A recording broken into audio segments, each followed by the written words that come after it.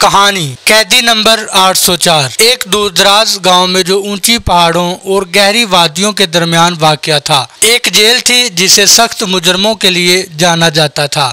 قیدیوں میں ایک نمایاں نام قیدی نمبر 804، اس کا نام احمد تھا اور اسے ایک ایسے جرم میں قید کیا گیا تھا جس کی وہ سختی سے تردید کرتا تھا۔ گاؤں والے اس کے بارے میں کہانیاں سناتے تھے، ہر کہانی دوسرے سے زیادہ دلچسپ ہوتی تھی، لیکن احمد خاموش رہتا۔ اس کی آنکھوں میں دکھ اور عزم کی آمیزش ہوتی تھی۔ احمد ایک استاد تھا جو قید سے پہلے اپنے شاگردوں کو تعلیم دینے کے لیے جانا جاتا تھا۔ اس کی محبت علم اور تدریس نے اسے جو بھی جانتا تھا اس کا احترام دلاتا تھا، لیکن ایک بدقسمت رات اس کی زندگی میں ایک بڑا موڑ آیا۔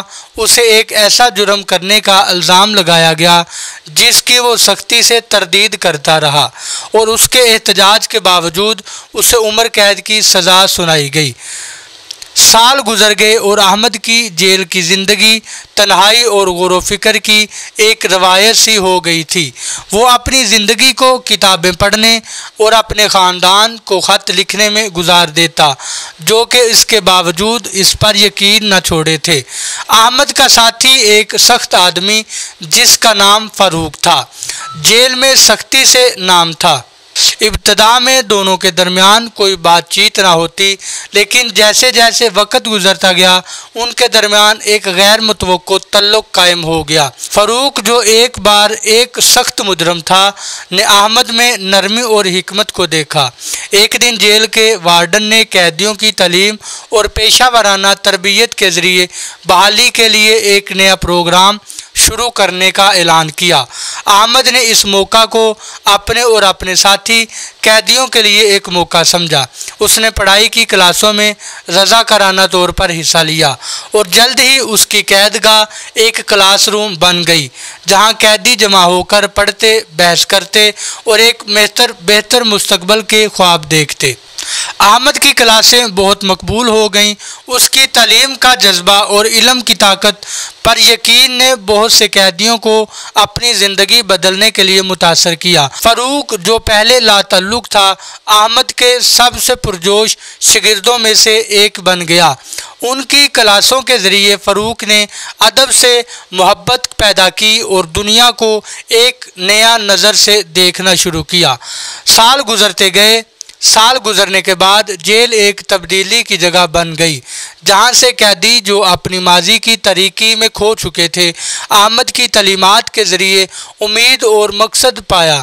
جیل کے وارڈن، جو مثبت تبدیلی سے بہت متاثر ہوئے، احمد کے کیس کا جائزہ لینے کا فیصلہ کیا۔